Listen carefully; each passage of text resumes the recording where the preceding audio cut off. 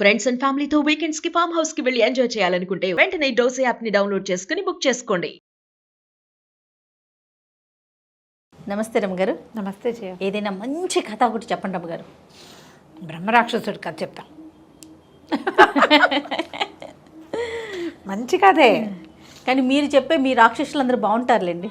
మా రాక్షసులు మంచివాళ్ళు. అవును చందమామల బ్రహ్మరాక్షసుల కథలన్నీ బాగుంటాయి, అవును రమ్మగారు. క్రూరంగా ఉండవు. మీ రాక్షసులందరూ మంచివాళ్ళు. మంచి వాళ్ళండి. అలాగనే కొంచెమే కేకలేస్తారు, ఎక్కువ అంతే కేకలేదు. అంతే అంతే.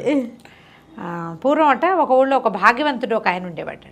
ఆయనకి ఎన్ని వేల ఎకరాల పొలాలో ఉన్నాయి. కానీ భాగ్యవంతుడికి ఒక పిసినారితనం ఉంది. పని వాళ్ళకి డబ్బులు ఇవ్వడం ఇష్టం ఉండదు ఆయనకి. పాలేళ్ళకి డబ్బులు ఇవ్వాలంటే ప్రాణం పోతుంది. పొలాలు ఉన్నాయి,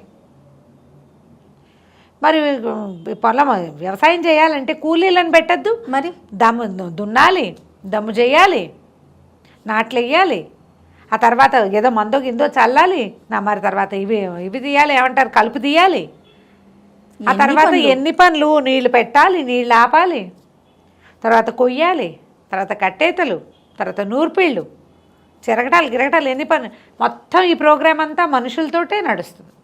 వ్యవసాయం ఒక చేతిలో మన ఇంట్లో మనం ఓం ఓం అని మనీ ప్లాంట్కి నీళ్ళు పోసుకోవడం కాదు కదా, బోళ్ళంత పని ఉంటుంది. ఈ పనులన్నిటికీ డబ్బులు ఇవ్వడానికి ప్రాణం ఒప్పేది కాదు ఆయనకి. ఏదో ఒకళ్ళో ఇద్దరో పని వాళ్ళు ఉండేవాళ్ళు, వాళ్ళే ఎలాగోలాగా చేసేవాళ్ళు, ఇంత అయ్యేది కాదు. అయితే ఎకరాలకు ఎకరాలు బీడు పట్టిపోయి ఉండేది ఆయనకి, పనివాళ్ళు లేక. వాళ్ళ ఆవిడ చాలా తెలివిగలది, కానీ ఈయన్ని లొంగదీయలేక ఆవిడ ఊరుకునేది. అయితే ఏమైంది, ఆయన చాలా దుఃఖంగా ఉండేది. ఆయనకి పొలాలన్నీ బీడు పట్టిపోతున్నాయి, ఏవి పంటలు లేకుండా పోతున్నాయి, డబ్బులున్నాయి, ఇంకా ఆయన దగ్గర క్యాష్ కూడా బోల్డంత ఉంది, పొలాలు కూడా ఉంటే బాగుంటుంది అంతే. అయితే ఏమైంది, ఓసారి చాలా చింతాక్రాంతుడుగా కూర్చుని ఉన్నాడు ఆ పొలం దగ్గర. ఓ సన్యాసి ఆ దారైపోతూ, ఏమినైనా అలా బాధపడుతున్నావు ఏమిటి అని అడిగాను. ఈ ఉచితంగా వస్తాయిగా బావిలోంచి మంచినీళ్ళు తీసి ఆ సన్యాసి కాసిన మంచినీళ్ళు తాగడం పోయించి చెట్టుకి ఏదో కాయ అంటే ఒక కాయ కోసి చేతిలో పెట్టి కూర్చోబెట్టాడు. నాకు చాలా సమస్యగా ఉందండి, పని వాళ్ళని పెట్టుకోలేకపోతున్నాను నేను, మరి సులువుగా పని అయిపోయే ఉపాయం ఏమో కనిపించట్లేదు, దాంతో చాలా కష్టపడుతున్నానంటే ఆ సన్యాసి ఈ మంచినీళ్ళు ఇచ్చాడు, మామిడికాయ కోసి ఇచ్చాడని ఓ మంత్రం చెప్పాట. ఈ మంత్రం చదువు, ఒకడు వస్తాడు, వాడితో నీకు కావలసిన పని చేయించుకో, ఏ పని చెప్పినా చేస్తాడు అని చెప్పి ఆ మంత్రము ఉపదేశం చేశాడు. ఈయన బాగానే ఉంది, తెల్లవారి ఇంట్లో కూర్చుని మంత్రం పునశ్చరణ చేశాడు. ఇన్ని వేలు చేయాలని ఉంది లెక్క. ఆ అన్ని వేలు అయ్యాక ఢామ్ అని పెద్ద శబ్దం అయ్యి పెద్ద బ్రహ్మాండంగా ఉన్నటువంటి భీకరాకారుడు ఒకడొచ్చి ప్రత్యక్షమయ్యాడు. ఏం కావాలో చెప్పు, పని చేయాలి నాకన్నా, నువ్వేం పని చెప్తే ఆ పని చేస్తా. అయితే మనకు అదంతా మన పొలమే, ఆ పొలం అంతా దున్నాలన్నాడు. సరే అన్నాడు. ఈయన ఏమనుకున్నాడు, కాస్తిమితంగా కూర్చుని మజ్జిగ తాగుదాం అనుకున్నాడు. ఆయన పీటేసి కూర్చుని ఏమే మజ్జిగతే అనే లోపల బ్రహ్మరాక్షసుడు వచ్చేసాడు. వాళ్ళ ఆవిడ ఇంకా మజ్జిగ చిలుకుతుంది, చిన్న గ్లాసులో పోస్తుంది. వచ్చేసి దున్నేసా అన్నాడు. ఎవడు అప్పుడే దున్నేసా బాట? దున్నేసాను, కావాలంటే చూసుకో. మేడెక్కారు, పైనుంచి చూస్తే పొలం అంతా దున్నేసి జాలుగా కనపడుతుంది. 1000 ఎకరాలు 1000 ఎకరాలు దున్నేశాడు. అక్కడి నుంచి అన్నాడు, సరే నేను మజ్జిగ పుచ్చుకుని మిగిలిన పనులు చేసుకునే లోపల దమ్ము చేయాలిగా, ఒట్టిగా దున్నితే ఎలాగా, నీళ్లు పెట్టి అంతా దున్ని లూజ్గా చేయాలి, ముందు దున్నాలి జాళ్ళు, తర్వాత అది దమ్ము, అలాగే అన్నాడు. బ్రహ్మరాక్షసుడు వెళ్ళిపోయాడు. ఈయన మజ్జిగ తాగి స్నానం చేసి వస్తానని గావంచా భుజాన వేసుకుని వెళ్ళాడు. ఈయన ఇంకా ఒక నూతులోంచి వచ్చి ఏదైనా తోడలా బ్రహ్మరాక్షసు మళ్ళీ డింగమని వచ్చాడు. మనకు దొరికితే బాగుండు కదా, భలే ఉంటుంది అమ్మగారు. దున్నేశాను, మా దమ్ము కూడా చేసేసాను. నీళ్లు పెట్టి నేలంతా నానబెట్టాలి. ఈయనకేం చేయాలో అర్థం కాలేదు. ఇది మంచి అదను, పొలం పదురు మీద కూడా ఉంది, నాట్లు వేయాలి అన్నాడు. ఈయన నాట్లేగా, అలాగే అన్నాడు. ఈయన స్నానం చేసి వచ్చేసరికి నాట్లయిపోయాయి. అర్థం కాలేదు, ఏం చేయాలి, నో క్లూ అనమాట. సరే నాట్లు కూడా వేసేసాడు. పని చెప్పు. నాట్లు వేసాక ఇప్పుడు బ్రహ్మరాక్షసుడు అంటే క్షణంలో చేస్తాడు, కానీ ఆ నాటుకున్న పొలము ఎదగాలి, ఎంత పని ఉంది మరి. అది 2 నెలలు ఎంతో పడుతుంది. 1 నెల పట్టింది, పట్టాక కలుపు వస్తుంది, ఇంకో నెల పోయాక కంకలేస్తాయి, అప్పుడు ఎరువు కొట్టాలి, ఇంకో నెల పోయాక అప్పుడు కదా ఎదకొచ్చేది, పైకి వచ్చేది, పొలం పైరు మీదకి వచ్చేది, ఆ తర్వాత నెల కోసేది. ఈ లోపల పని చెప్పు అని చంపేస్తున్నాడు వీడు. అర్థం కాలేదు దీనికి ఏం చేయాలో. పని చెప్పకపోతే వాడు ఈయన విరుచుకు తినేలాగా ఉన్నాడు. గబగబా లోపలికి వచ్చాడు, భార్యను పిలిచాడు. ఏమే మరేమో సన్యాసి ఒక మంత్రం ఇచ్చాడు. ఆ మంత్రంతో ఈ మనుషులు బెడద లేకుండా ఓ బ్రహ్మరాక్షసుడు వచ్చాడు. వాడినేమో పని చేయమన్నాను. వాడు దాంతో దున్నేశాడు. తర్వాత ఏమో దమ్ము చేసేసాడు, నాట్లన్నీ వేసేసాడు. మొత్తం పొలంలో గ్యాప్ లేకుండా మొత్తం 1000 ఎకరాల పొలాలు నాట్లు పడిపోయినాయి. పంట పైకి రావాలి. వీడేమో పని చెప్పమంటున్నాడు, ఏం చేయని అన్నాడు. ఆవిడ మధ్య చిలుక్కుంటోంది లోపల. వాడు నా దగ్గరికి పంపించండి.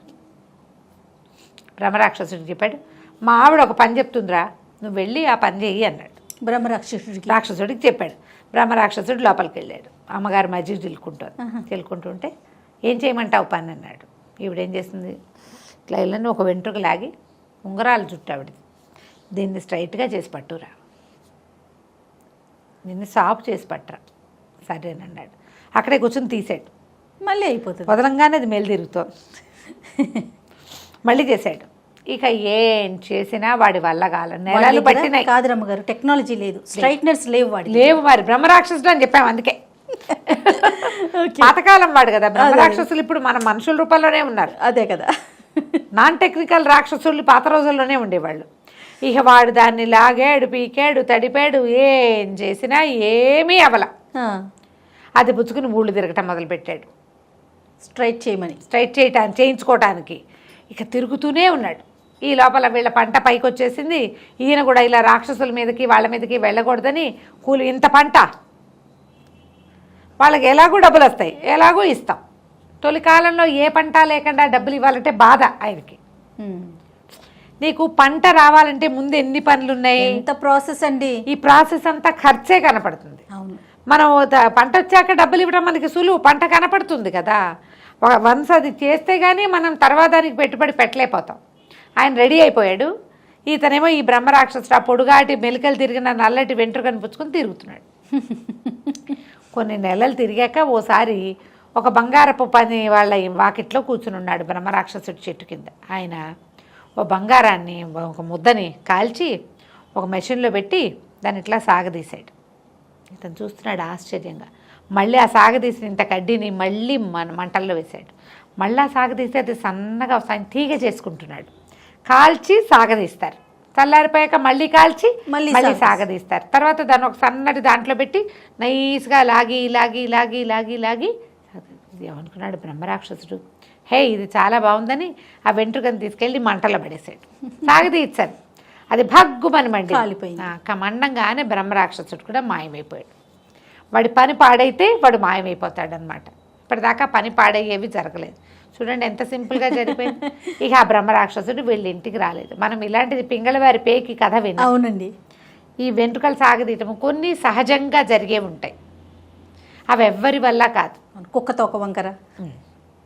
కానీ మానవ ప్రయత్నాలు, మనం ఎవరిదో విపరీత సహాయం కావాలని అనుకోకూడదు. నాకు ఎగ్జామ్లో 100 మార్కులు రావాలని కోరుకుంటారు పిల్లలు. దానికి నువ్వు పని చేయొద్దు. అది కదా, ఎవరైనా ఎగ్జామ్ రాసేసి ఏదైనా విచిత్రం జరిగి రాసేసే పెన్ దొరికేస్తే బాగుండు అలా ఊహించుకునే వాళ్ళని చిన్నప్పుడు. మ్యాజిక్ పెన్ అది అలా పెట్టగానే అదే రాసుకుంటూ వెళ్ళిపోతుంది. కథల్లో చదివి మ్యాజిక్ పెన్ కావాలి, మ్యాజిక్ బుక్స్ కావాలి, మ్యాజిక్ పేపర్స్ కావాలి. ఎప్పుడు మ్యాజిక్లతోటి వాటంతటా అవి జరిగిపోయే క్రియలతోటి జీవితం నడవదు. వాటికి మనమే ప్రయత్నం చేయాలి. బంగారానైనా కాల్చి కొట్టి చేస్తేనే సాగుతుంది. అంతే. దాంతో ఏనగైనా చేసుకోవచ్చు కదా. కాబట్టి మనం ఏం చేయాలి, క్రియ సరిగ్గా చేయాలి. ఎప్పుడూ కష్టే ఫలి, ఈ ధ్యాస పెట్టుకుని ఉండాలి. పిల్లలకి చెప్పండి ఈ కథ. కొంచెం ఉద్యోగాల్లో కొత్తగా చేరిన పిల్లలకు కూడా ఈ కథలు చెప్పండి. తప్పకుండా. ఒకసారి మ్యాజికల్గా జరిగిపోయింది అనుకో, సడన్గా జరుగుతాయి. మ్యాజిక్స్ ఎల్లప్పుడూ ఎలా జరుగుతాయి, అంతటితో ఆగిపోతుంది. పైగా బోర్గా కూడా ఉంటుంది. అంత చిటుక్కునైపోతే బోర్ కదా, మరి కదా బోర్ కొట్టేస్తుంది. అలా కాదు, మనం ట్రై చేయాలి, కొంచెం ఫెయిల్ అవుతుండాలి, మళ్ళీ ట్రై చేయాలి, అప్పుడు సక్సెస్ అవ్వాలి. సక్సెస్ని ఎంజాయ్ చేయాలి, సక్సెస్ని ఎంజాయ్ చేయాలి, సక్సెస్ని పంచుకోవాలి, మనని చూసి ఇంకోళ్ళు నేర్చుకోవాలి. ఎంత ఉంది అసలు మనకు కూడా దాని విలువ తెలుస్తుంది కదా, ఎంజాయ్ చేస్తాం అలా కష్టపడి సాధిస్తే కనుక. అవును. రైట్, చాలా బాగుంది రమ్మ గారు. నమస్తే.